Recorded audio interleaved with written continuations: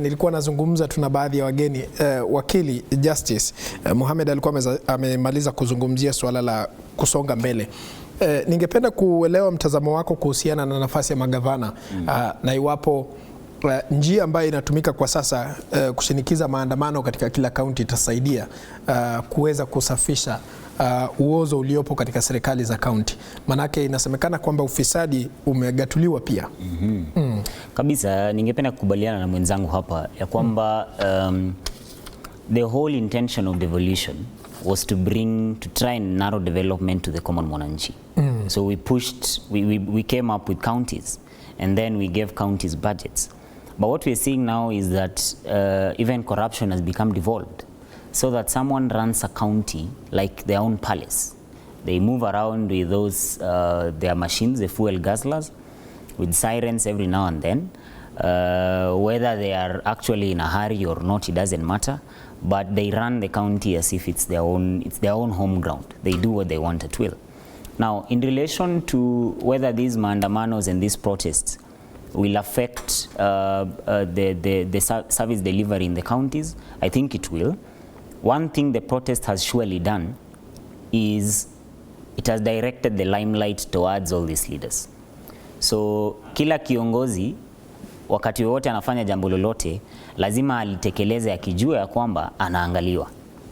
Kila kiongozi wakati wote ako mahali popote anazungumzia jambo lazima ensure ya kwamba he is talking in a manner that will not enrage people, or else what has been happening will keep happening where wananyang'anywa microphone, wanafukuzwa, some of their vehicles have been stoned by people who are angry, and not because people are actually out to get them as individuals.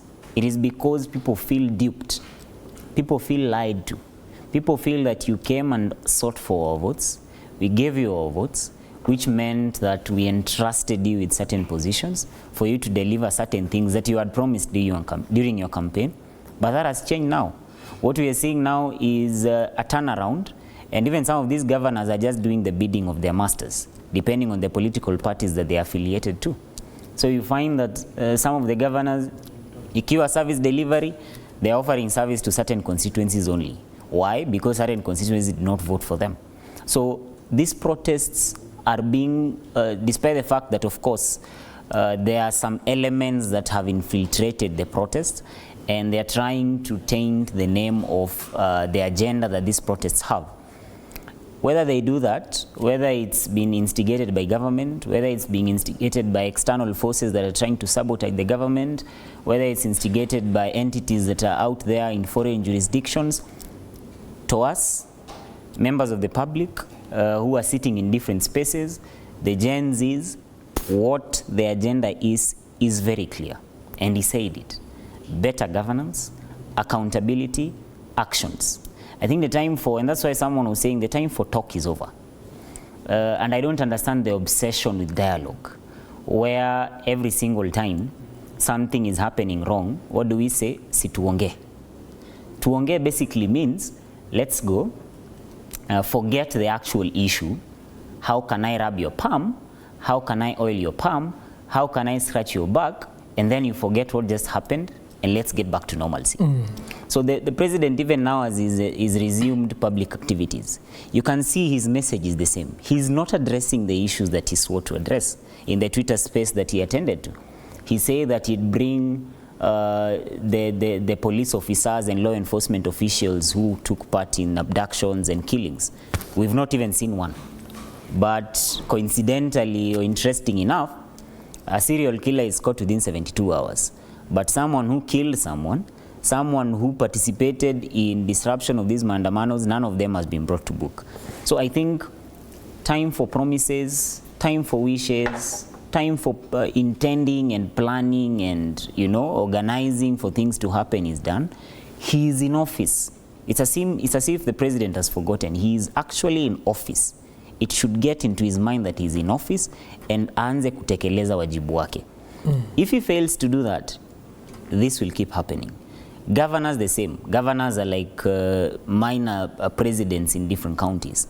If they fail to execute their objectives, if they fail to execute their mandate, if they fail to execute the promises that they gave to the common mananchi when they were being voted in, then they should expect this protest to continue. And the direction I'm seeing it taking at the moment is it will no longer be a Tuesday and Thursday thing. It's now going to be a daily thing. And the reason people are doing that is I'd rather come to the streets and fight for a better tomorrow than dupe myself and enjoy today or continue suffering. Because if more than a half of my pay slip is going to the government, which I have no problem with, but I'd like to see that once it's gone to the government, when I'm walking in the streets of Nairobi, the transport system is efficient, the roads are passable, the people are having and enjoying the financial status of the country.